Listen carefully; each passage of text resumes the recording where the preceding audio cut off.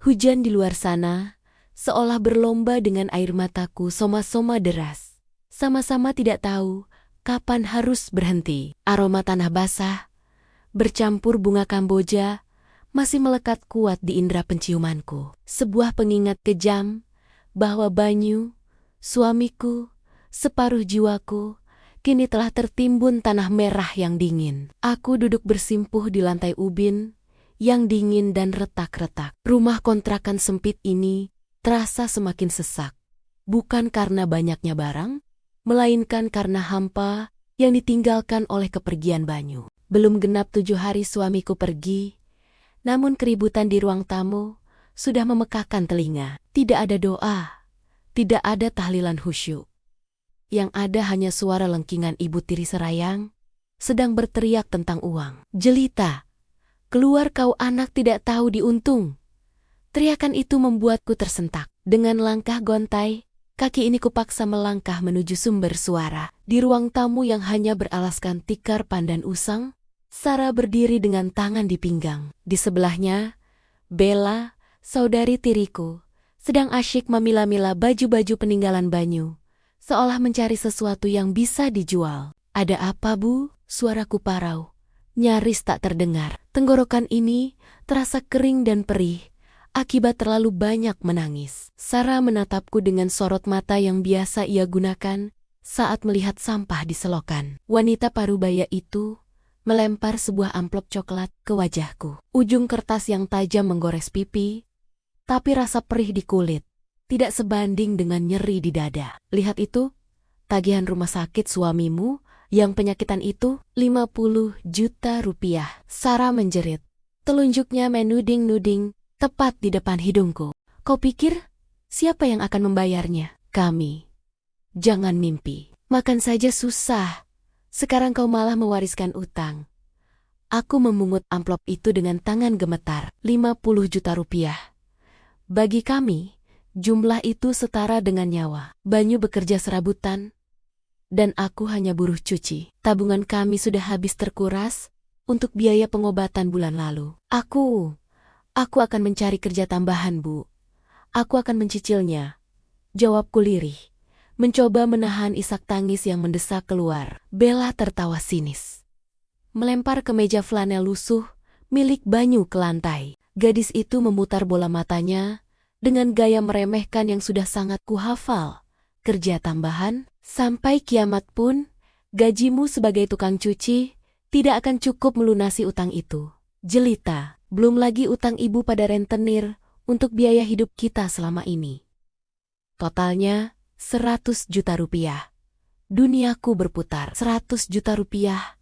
Dari mana angka itu muncul?" Sarah maju selangkah, mencengkeram rahangku dengan kasar, memaksaku menatap wajahnya yang penuh polesan bedak tebal, namun tidak bisa menutupi kerutan keserakahan. "Dengar, aku sudah menemukan solusi. Juragan Broto, pemilik toko emas di pasar, bersedia melunasi semua utang kita. Syaratnya cuma satu." Firasat buruk langsung menyergap ulu hatiku. Juragan Broto adalah duda tua yang terkenal kasar dan sudah menikah 5 kali. "Kau harus menikah dengannya besok," desis Sarah. Seringainya melebar mengerikan. "Dia suka janda muda yang masih segar sepertimu." "Tidak." Aku menepis tangan kasar itu. Tubuhku mundur hingga menabrak dinding yang lembab. "Mas Banyu baru saja meninggal, Bu. Tanah kuburannya masih basah. Bagaimana ibu bisa setega ini?" "Tega?" Sarah tertawa melengking. Suara tawanya memantul di dinding-dinding kosong rumah itu. "Cinta tidak bisa dimakan, Jelita. Suamimu yang miskin itu sudah mati. Dia tidak mewariskan apa-apa selain kesusahan. Kalau kau menolak, kami yang akan mati dibunuh rentenir." Belum sempat aku membalas, gedoran keras di pintu depan membuat kami semua terlonjak. Suara hantaman kayu beradu dengan kepalan tangan yang beringas. "Buka, bayar utang, atau kami bakar rumah ini." Wajah Sarah pucat pasi. Bella menjerit ketakutan dan bersembunyi di balik punggung ibunya. Pintu kayu lapuk itu tidak akan bertahan lama. Sekali tendang, pintu itu terbuka lebar, menampakkan 3 pria bertubuh kekar dengan wajah garang. Mereka adalah penagih utang yang sering disebet-sebet orang pasar. Pemimpin mereka, seorang pria dengan bekas luka memanjang di pipi, melangkah masuk tanpa melepas sepatu botnya yang berlumpur. Jejak tanah kotor mengotori lantai yang baru saja kusapu pagi tadi. Mana uangnya? Geram preman itu. Matanya menyapu ruangan, lalu berhenti tepat di wajahku. Atau kami harus mengambil barang lain sebagai gantinya. Sarah dengan cepat mendorong tubuhku ke depan, menjadikanku tameng hidup. Bawa saja dia, ambil dia, dia yang akan melunasi semuanya. Bawa dia ke Juragan Broto, atau jual saja, kemana kalian suka. Aku terbelalak. Ibu tiriku sendiri menyerahkanku pada serigala-serigala ini. Air mata yang kutahan akhirnya tumpah. Bukan karena sedih, tapi karena keputusasaan yang teramat dalam. Banyu, inikah takdirku setelah kau pergi? Preman itu menyeringai, menampakkan gigi-giginya yang kuning karena tembakau. Tangan besarnya terulur hendak mencengkeram lenganku. Lumayan, cantik juga. Aku memejamkan mata, pasrah. Tidak ada jalan lari. Jendela terkunci, pintu belakang terhalang lemari. Di detik itu, aku hanya bisa berdoa agar Tuhan segera mencabut nyawaku, agar aku bisa menyusul Banyu. Namun, sebelum tangan kasar itu menyentuh kulitku, sebuah suara menderu terdengar dari luar. Bukan suara motor butut atau angkot yang biasa lewat. Itu adalah suara mesin halus, namun bertenaga. Diikuti suara ban berdecit yang berhenti tepat di depan pekarangan kami yang sempit. Cahaya lampu mobil yang sangat terang menembus pintu yang terbuka, menyilaukan mata semua orang di ruangan itu. Preman-preman itu berhenti, menoleh ke arah sumber cahaya. Langkah kaki terdengar. Bukan satu, tapi banyak. Langkah tegap, disiplin, dan berat. Detik berikutnya, 4 pria berjas hitam dengan kacamata gelap meski hari sudah sore dan mendung muncul di ambang pintu. Mereka berdiri tegak, membentuk barikade, lalu menyisih memberi jalan. Suasana hening seketika. Bahkan, rintik hujan seolah berhenti untuk memberi hormat. Dari balik barisan pengawal itu, muncul seorang wanita paruh baya yang keanggunannya tidak bisa dilukiskan dengan kata-kata sederhana. Gaun sutra hitam membalut tubuhnya.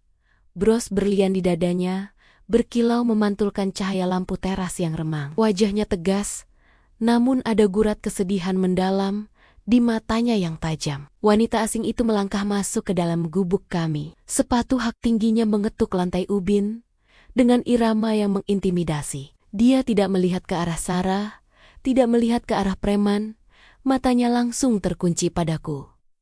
Apakah kau jelita? Suaranya tenang, namun memiliki otoritas yang membuat nyali siapapun menciut. Aku hanya bisa mengangguk kaku, lidahku keluh. Wanita itu menghela napas panjang, seolah baru saja menemukan harta karun yang hilang. Maafkan ibu, nak. Ibu terlambat menjemputmu.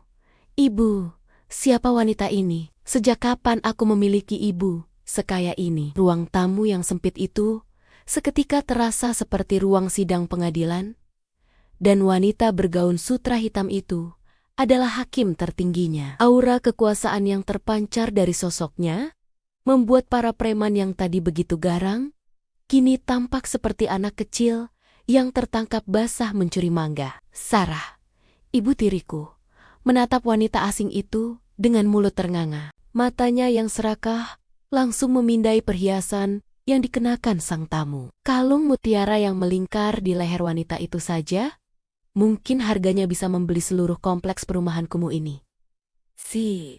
Siapa nyonya ini? Tanya Sarah terbata-bata. Nadanya berubah drastis menjadi sangat sopan, bahkan cenderung menjilat. Wanita itu tidak menggubris Sarah.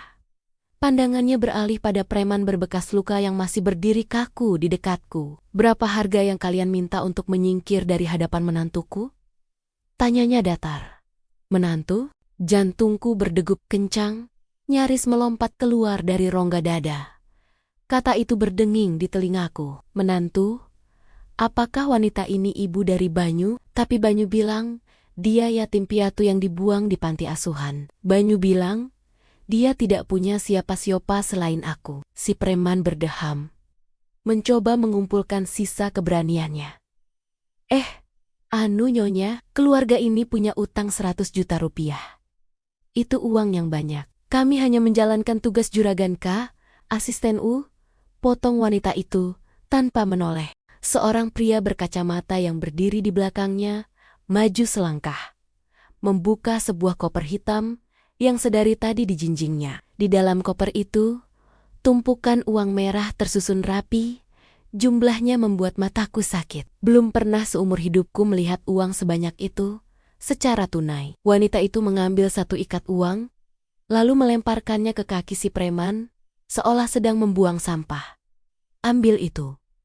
Di situ ada 200 juta rupiah. Lunasi utangnya.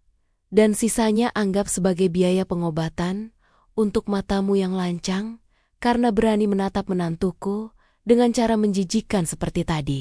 Preman-preman itu langsung berlutut, memungut uang tersebut dengan tangan gemetar, tanpa banyak bicara. Mereka membungkuk berulang kali dan lari terberit-berit keluar rumah, melupakan juragan Broto dan tugas mereka. Kini, giliran Sarah dan Bella yang gemetar, bukan karena takut, tapi karena kegembiraan yang meluap-luap melihat tumpukan uang di dalam koper yang masih terbuka. Sarah maju mendekat, wajahnya dipenuhi senyum palsu yang memuakan. Oh, jadi Nyonya adalah mertua Jelita? Astaga, kenapa Banyu tidak pernah cerita kalau dia punya ibu sekaya ini? Kami sudah merawat Jelita dengan baik loh.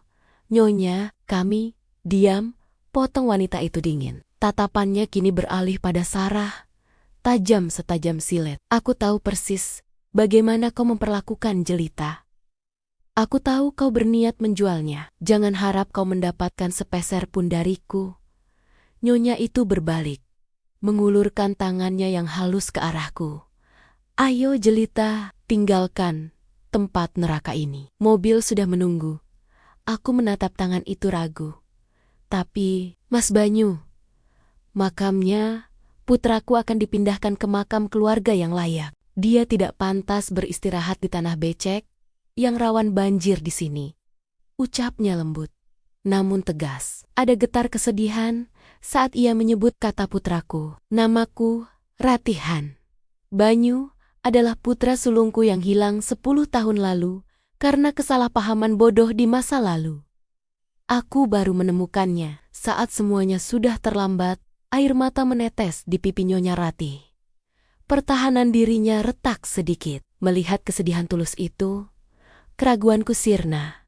Aku menyambut uluran tangannya. Tangan itu hangat, kontras dengan dinginnya sikap Sarah selama ini. Jelita, kau tidak bisa pergi begitu saja. Siapa yang akan mengurus kami? Teriak Sarah panik saat melihatku melangkah pergi. Nyonya Ratih memberi isyarat pada asisten U, urus mereka. Pastikan mereka tidak pernah bisa mendekati menantuku lagi. Gunakan jalur hukum untuk semua penipuan dan eksploitasi yang mereka lakukan. Tanpa menoleh lagi pada teriakan histeris Sarah dan Bella yang kini ditahan oleh para pengawal, aku dibimbing keluar rumah.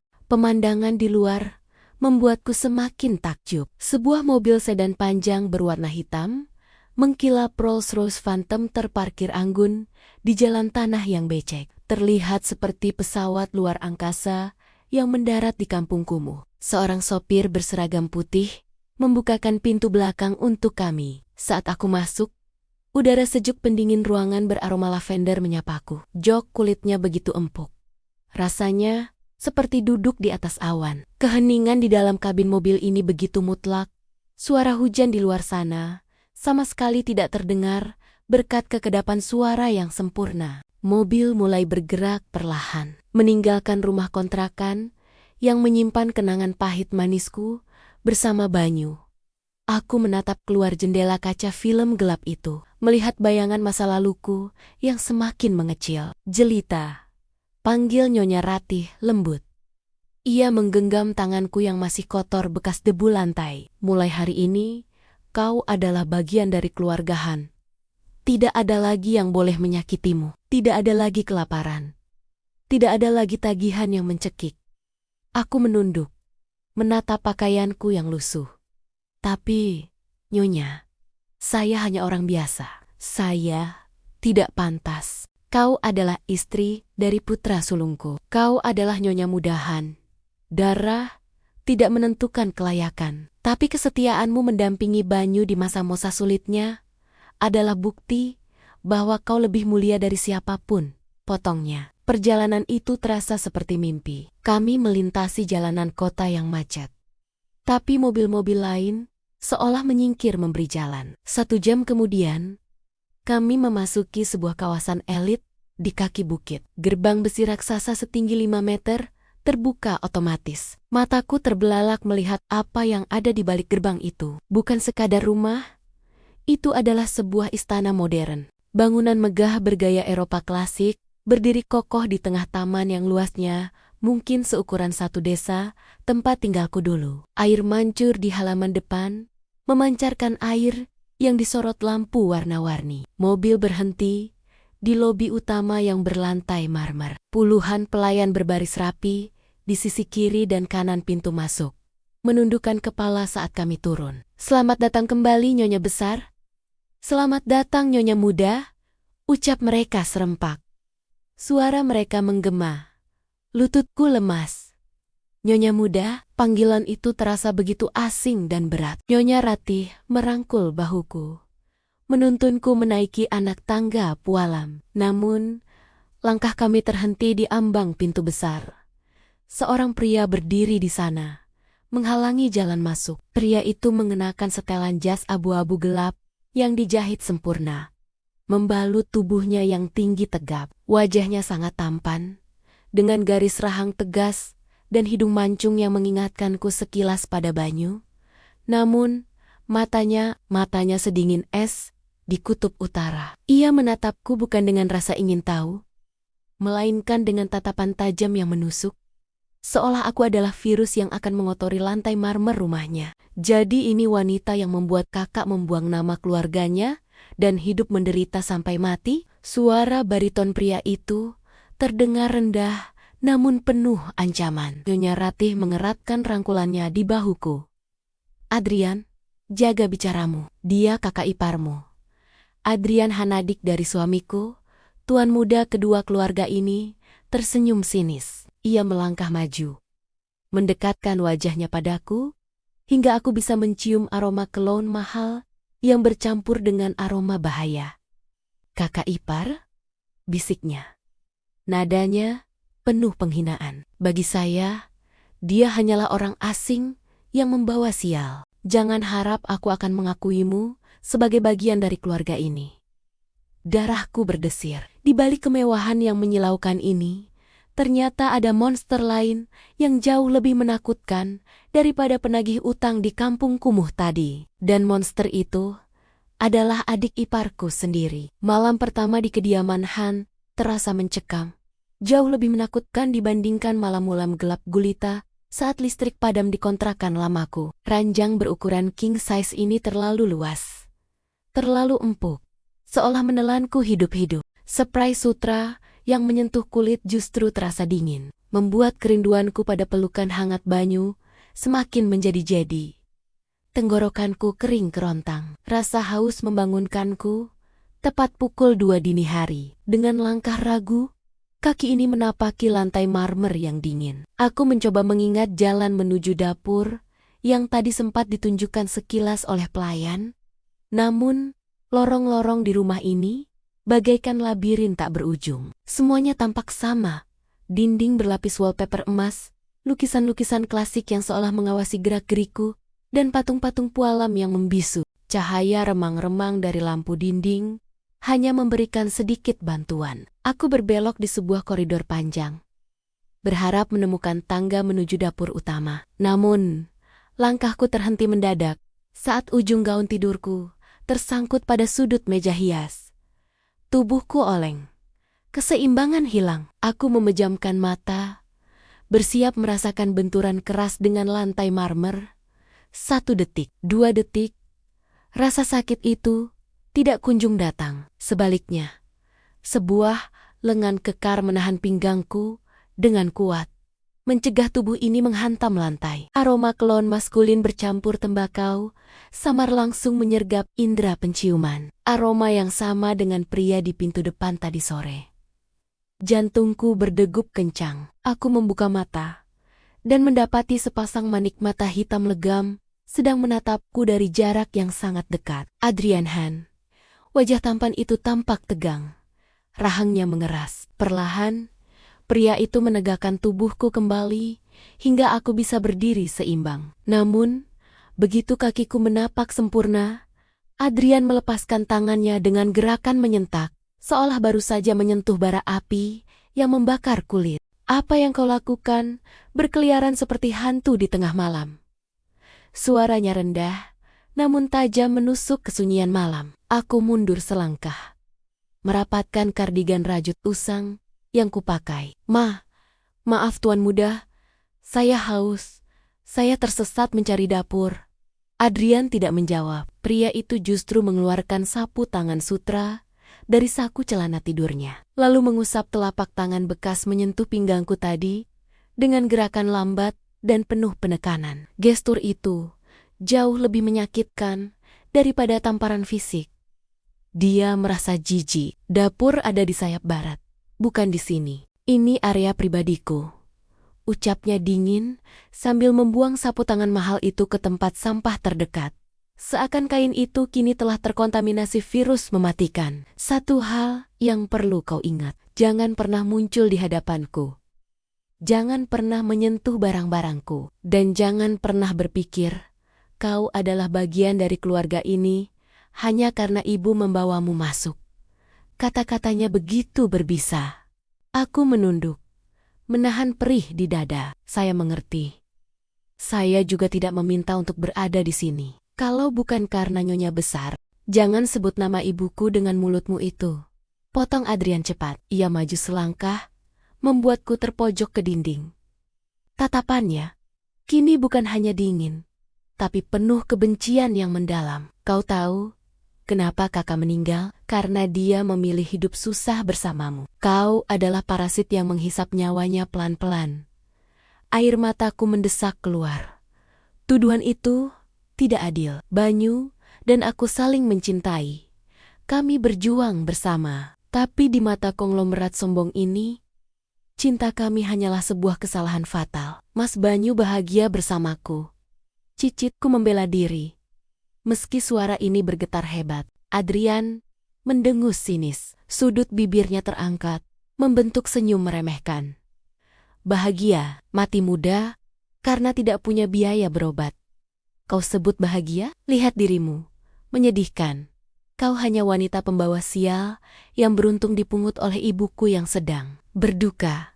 Tanpa menunggu jawabanku, sosok jangkung itu berbalik dan melangkah pergi, meninggalkanku sendirian di lorong gelap yang semakin terasa dingin. Malam itu, aku sadar bahwa musuhku bukan lagi kemiskinan, tapi monster berwajah tampan yang tinggal satu atap denganku. Hujan di luar sana seolah berlomba dengan air mataku soma-soma deras. Sama-sama tidak tahu kapan harus berhenti. Aroma tanah basah bercampur bunga Kamboja masih melekat kuat di indera penciumanku. Sebuah pengingat kejam bahwa Banyu, suamiku, separuh jiwaku, kini telah tertimbun tanah merah yang dingin. Aku duduk bersimpuh di lantai ubin yang dingin dan retak-retak. Rumah kontrakan sempit ini terasa semakin sesak. Bukan karena banyaknya barang, melainkan karena hampa yang ditinggalkan oleh kepergian Banyu. Belum genap 7 hari suamiku pergi, namun keributan di ruang tamu sudah memekakkan telinga. Tidak ada doa, tidak ada tahlilan khusyuk. Yang ada hanya suara lengkingan ibu tiri serayang sedang berteriak tentang uang. Jelita, keluar kau anak tidak tahu diuntung.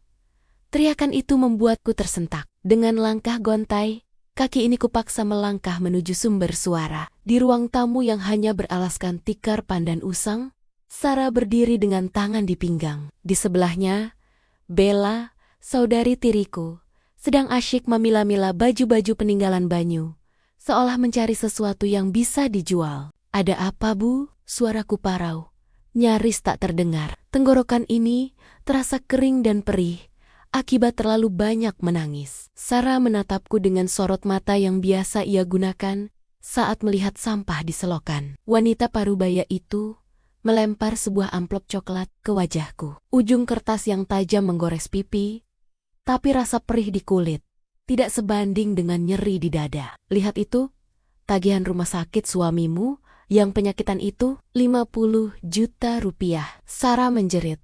Telunjuknya menuding-nuding tepat di depan hidungku. Kau pikir siapa yang akan membayarnya? Kami. Jangan mimpi. Makan saja susah. Sekarang kau malah mewariskan utang. Aku memungut amplop itu dengan tangan gemetar. 50 juta rupiah. Bagi kami, jumlah itu setara dengan nyawa. Banyu bekerja serabutan, dan aku hanya buruh cuci. Tabungan kami sudah habis terkuras untuk biaya pengobatan bulan lalu. Aku akan mencari kerja tambahan, Bu. Aku akan mencicilnya. Jawabku lirih, mencoba menahan isak tangis yang mendesak keluar. Bella tertawa sinis, melempar kemeja flanel lusuh milik Banyu ke lantai. Gadis itu memutar bola matanya dengan gaya meremehkan yang sudah sangat kuhafal. Kerja tambahan? Sampai kiamat pun, gajimu sebagai tukang cuci tidak akan cukup melunasi utang itu. Jelita, belum lagi utang ibu pada rentenir untuk biaya hidup kita selama ini. Totalnya 100 juta rupiah. Duniaku berputar. 100 juta rupiah.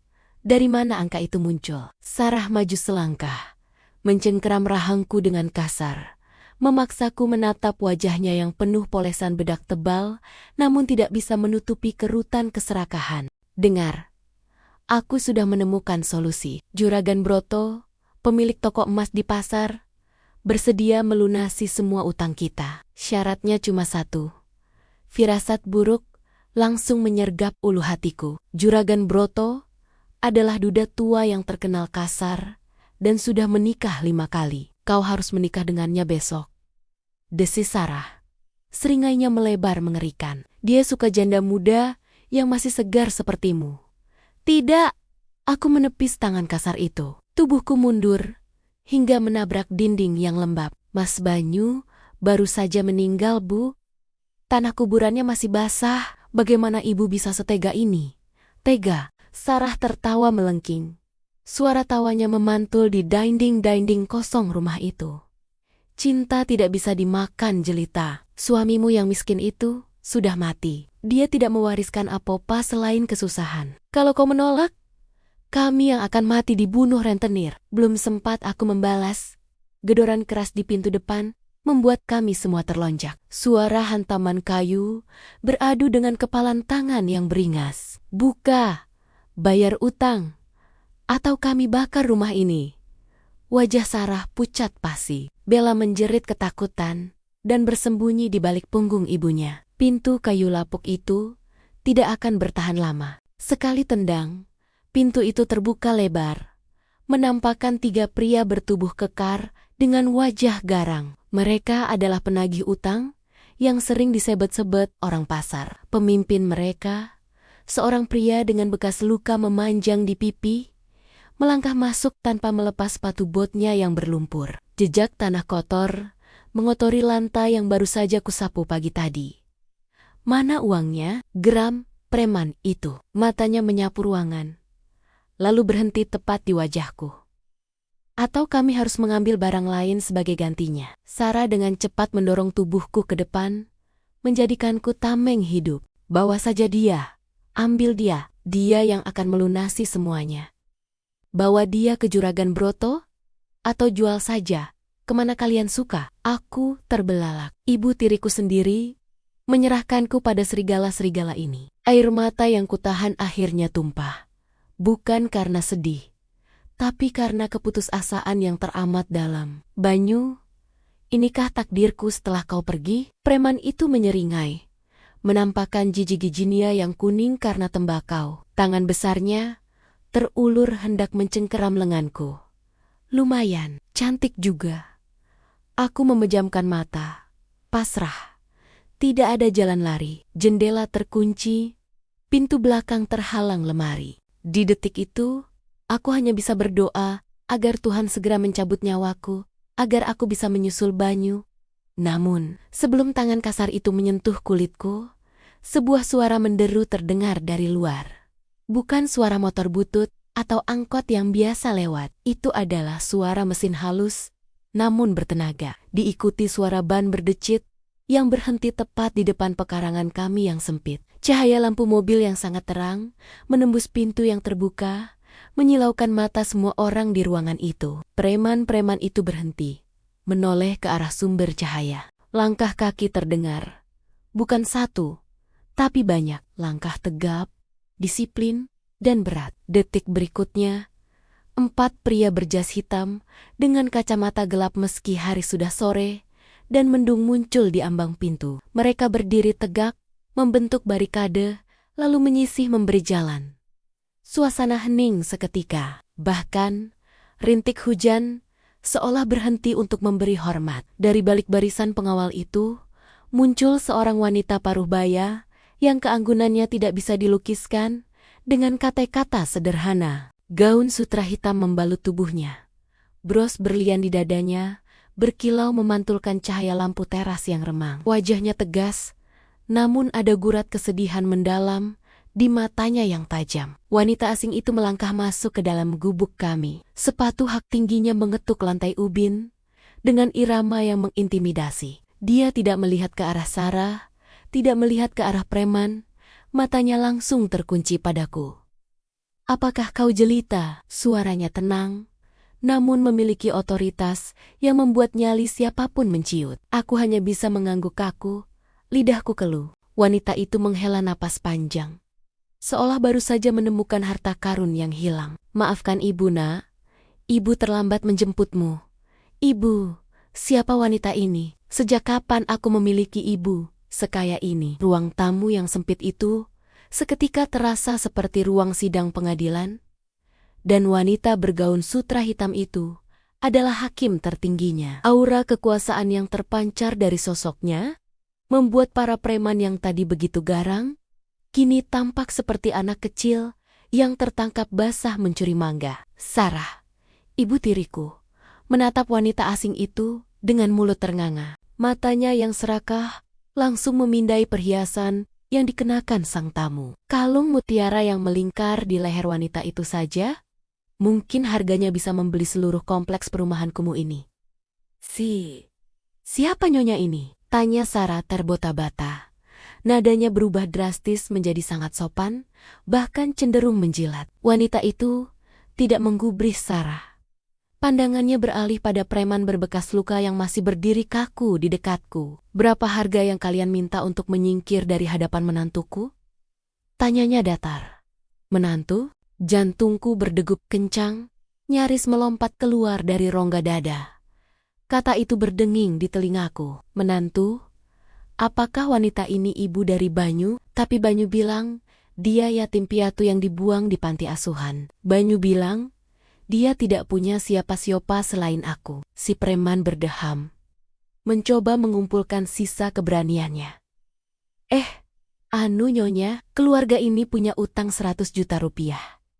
Itu uang yang banyak. Kami hanya menjalankan tugas juragan K, asisten U," potong wanita itu tanpa menoleh. Seorang pria berkacamata yang berdiri di belakangnya maju selangkah, membuka sebuah koper hitam yang sedari tadi dijinjingnya. Di dalam koper itu, tumpukan uang merah tersusun rapi, jumlahnya membuat mataku sakit. Belum pernah seumur hidupku melihat uang sebanyak itu secara tunai. Wanita itu mengambil satu ikat uang, lalu melemparkannya ke kaki si preman, seolah sedang membuang sampah. "Ambil itu. Di situ ada 200 juta rupiah. Lunasi utangnya. Dan sisanya anggap sebagai biaya pengobatan untuk matamu yang lancang karena berani menatap menantuku dengan cara menjijikkan seperti tadi." Preman-preman itu langsung berlutut, memungut uang tersebut dengan tangan gemetar. Tanpa banyak bicara, mereka membungkuk berulang kali dan lari terberit-berit keluar rumah, melupakan juragan Broto dan tugas mereka. Kini, giliran Sarah dan Bella yang gemetar, bukan karena takut, Tapi karena kegembiraan yang meluap-luap melihat tumpukan uang di dalam koper yang masih terbuka, Sarah maju mendekat, wajahnya dipenuhi senyum palsu yang memuakan. Oh, jadi Nyonya adalah mertua Jelita? Astaga, kenapa Banyu tidak pernah cerita kalau dia punya ibu sekaya ini? Kami sudah merawat Jelita dengan baik loh. Nyonya, kami, diam, potong wanita itu dingin. Tatapannya kini beralih pada Sarah. Tajam setajam silet. Aku tahu persis bagaimana kau memperlakukan Jelita. Aku tahu kau berniat menjualnya. Jangan harap kau mendapatkan sepeser pun dariku. Nyonya itu berbalik, mengulurkan tangannya yang halus ke arahku. Ayo Jelita, tinggalkan tempat neraka ini. Mobil sudah menunggu. Aku menatap tangan itu ragu. Tapi, Mas Banyu, makamnya putraku akan dipindahkan ke makam keluarga yang layak. Dia tidak pantas beristirahat di tanah becek yang rawan banjir di sini. Ucapnya lembut, namun tegas. Ada getar kesedihan saat ia menyebut kata putraku. Namaku Ratihan. Banyu adalah putra sulungku yang hilang 10 tahun lalu karena kesalahpahaman bodoh di masa lalu. Aku baru menemukannya saat semuanya sudah terlambat. Air mata menetes di pipi Nyonya Ratih. Pertahanan dirinya retak sedikit. Melihat kesedihan tulus itu, keraguanku sirna. Aku menyambut uluran tangannya. Tangan itu hangat, kontras dengan dinginnya sikap Sarah selama ini. Jelita, kau tidak bisa pergi begitu saja. Siapa yang akan mengurus kami? Teriak Sarah panik saat melihatku melangkah pergi. Nyonya Ratih memberi isyarat pada asistenku, urus mereka. Pastikan mereka tidak pernah bisa mendekati menantuku lagi. Gunakan jalur hukum untuk semua penipuan dan eksploitasi yang mereka lakukan. Tanpa menoleh lagi pada teriakan histeris Sarah dan Bella yang kini ditahan oleh para pengawal, aku dibimbing keluar rumah. Pemandangan di luar membuatku semakin takjub. Sebuah mobil sedan panjang berwarna hitam mengkilap Rolls-Royce Phantom terparkir anggun di jalan tanah yang becek. Terlihat seperti pesawat luar angkasa yang mendarat di kampung kumuh. Seorang sopir berseragam putih membukakan pintu belakang untuk kami. Saat aku masuk, udara sejuk pendingin ruangan beraroma lavender menyapaku. Jok kulitnya begitu empuk. Rasanya seperti duduk di atas awan. Keheningan di dalam kabin mobil ini begitu mutlak. Suara hujan di luar sana sama sekali tidak terdengar berkat kekedapan suara yang sempurna. Mobil mulai bergerak perlahan, meninggalkan rumah kontrakan yang menyimpan kenangan pahit manisku bersama Banyu. Aku menatap keluar jendela kaca film gelap itu, melihat bayangan masa laluku yang semakin mengecil. Jelita, panggil Nyonya Ratih lembut. Ia menggenggam tanganku yang masih kotor bekas debu lantai. Mulai hari ini, kau adalah bagian dari keluarga Han. Tidak ada lagi yang boleh menyakitimu. Tidak ada lagi kelaparan. Tidak ada lagi tagihan yang mencekik. Aku menunduk, menatap pakaianku yang lusuh. Tapi, Nyonya, saya hanya orang biasa. Saya tidak pantas. Kau adalah istri dari putra sulungku. Kau adalah Nyonya Mudahan. Darah tidak menentukan kelayakan. Tapi kesetiaanmu mendampingi Banyu di masa-masa sulitnya adalah bukti bahwa kau lebih mulia dari siapapun. Potongnya. Perjalanan itu terasa seperti mimpi. Kami melintasi jalanan kota yang macet.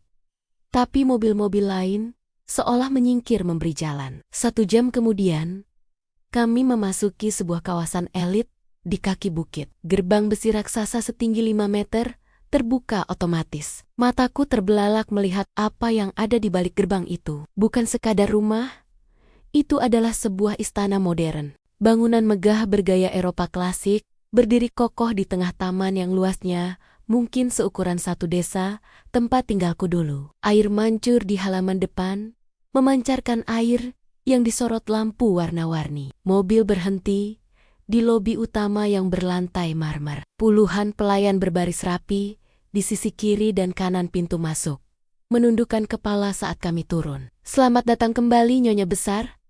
Selamat datang, Nyonya Muda, ucap mereka serempak. Suara mereka menggema, Lututku lemas. Nyonya muda, panggilan itu terasa begitu asing dan berat. Nyonya Ratih merangkul bahuku, menuntunku menaiki anak tangga pualam. Namun, langkah kami terhenti di ambang pintu besar. Seorang pria berdiri di sana, menghalangi jalan masuk. Pria itu mengenakan setelan jas abu-abu gelap yang dijahit sempurna, membalut tubuhnya yang tinggi tegap. Wajahnya sangat tampan, dengan garis rahang tegas dan hidung mancung yang mengingatkanku sekilas pada Banyu. Namun, matanya sedingin es di kutub utara. Ia menatapku bukan dengan rasa ingin tahu, melainkan dengan tatapan tajam yang menusuk, seolah aku adalah virus yang akan mengotori lantai marmer rumahnya. Jadi ini wanita yang membuat kakak membuang nama keluarganya dan hidup menderita sampai mati? Suara bariton pria itu terdengar rendah namun penuh ancaman. Nyonya Ratih mengeratkan rangkulannya di bahuku. Adrian, jaga bicaramu. Dia kakak iparmu. Adrian Hanadik dari suamiku, tuan muda kedua keluarga ini, tersenyum sinis. Ia melangkah maju, mendekatkan wajahnya padaku, hingga aku bisa mencium aroma cologne mahal yang bercampur dengan aroma bahaya. Kakak ipar? Bisiknya. Nadanya penuh penghinaan. Bagi saya, dia hanyalah orang asing yang membawa sial. Jangan harap aku akan mengakuimu sebagai bagian dari keluarga ini. Darahku berdesir. Di balik kemewahan yang menyilaukan ini, ternyata ada monster lain yang jauh lebih menakutkan daripada penagih utang di kampung kumuh tadi. Dan monster itu adalah adik iparku sendiri. Malam pertama di kediaman Han terasa mencekam, jauh lebih menakutkan dibandingkan malam-malam gelap gulita saat listrik padam di kontrakan lamaku. Ranjang berukuran king size ini terlalu luas, terlalu empuk, seolah menelanku hidup-hidup. Spray sutra yang menyentuh kulit justru terasa dingin, membuat kerinduanku pada pelukan hangat Banyu semakin menjadi-jadi. Tenggorokanku kering kerontang. Rasa haus membangunkanku tepat pukul 2 dini hari. Dengan langkah ragu, kaki ini menapaki lantai marmer yang dingin. Aku mencoba mengingat jalan menuju dapur yang tadi sempat ditunjukkan sekilas oleh pelayan. Namun, lorong-lorong di rumah ini bagaikan labirin tak berujung. Semuanya tampak sama. Dinding berlapis wallpaper emas, lukisan-lukisan klasik yang seolah mengawasi gerak-geriku, dan patung-patung pualam yang membisu. Cahaya remang-remang dari lampu dinding hanya memberikan sedikit bantuan. Aku berbelok di sebuah koridor panjang, berharap menemukan tangga menuju dapur utama. Namun, langkahku terhenti mendadak saat ujung gaun tidurku tersangkut pada sudut meja hias. Tubuhku oleng. Keseimbangan hilang. Aku memejamkan mata, bersiap merasakan benturan keras dengan lantai marmer. 1 detik, 2 detik. Rasa sakit itu tidak kunjung datang. Sebaliknya, sebuah lengan kekar menahan pinggangku dengan kuat, mencegah tubuh ini menghantam lantai. Aroma cologne maskulin bercampur tembakau samar langsung menyergap indera penciuman. Aroma yang sama dengan pria di pintu depan tadi sore. Jantungku berdegup kencang. Aku membuka mata dan mendapati sepasang manik mata hitam legam sedang menatapku dari jarak yang sangat dekat. Adrian Han. Wajah tampan itu tampak tegang. Rahangnya mengeras. Perlahan, pria itu menegakkan tubuhku kembali hingga aku bisa berdiri seimbang. Namun, begitu kakiku menapak sempurna, Adrian melepaskan tangannya dengan gerakan menyentak, seolah baru saja menyentuh bara api yang membakar kulit. Apa yang kau lakukan? Berkeliaran seperti hantu di tengah malam. Suaranya rendah, namun tajam menusuk kesunyian malam. Aku mundur selangkah, merapatkan kardigan rajut usang yang kupakai. Maaf tuan muda, saya haus. Saya tersesat mencari dapur. Adrian tidak menjawab. Pria itu justru mengeluarkan sapu tangan sutra dari saku celana tidurnya, lalu mengusap telapak tangan bekas menyentuh pinggangku tadi dengan gerakan lambat dan penuh penekanan. Gestur itu jauh lebih menyakitkan daripada tamparan fisik. Dia merasa jijik. Dapur ada di sayap barat, bukan di sini. Ini area pribadiku. ucapnya dingin sambil membuang sapu tangan mahal itu ke tempat sampah terdekat. Seakan kain itu kini telah terkontaminasi virus mematikan. Satu hal yang perlu kau ingat, jangan pernah muncul di hadapanku. Jangan pernah menyentuh barang-barangku. Dan jangan pernah berpikir, kau adalah bagian dari keluarga ini hanya karena ibu membawamu masuk. Kata-katanya begitu berbisa. Aku menunduk, menahan perih di dada. Saya mengerti. Saya juga tidak meminta untuk berada di sini. Kalau bukan karena Nyonya besar, jangan sebut nama ibuku dengan mulutmu itu. Potong Adrian cepat. Ia maju selangkah, membuatku terpojok ke dinding.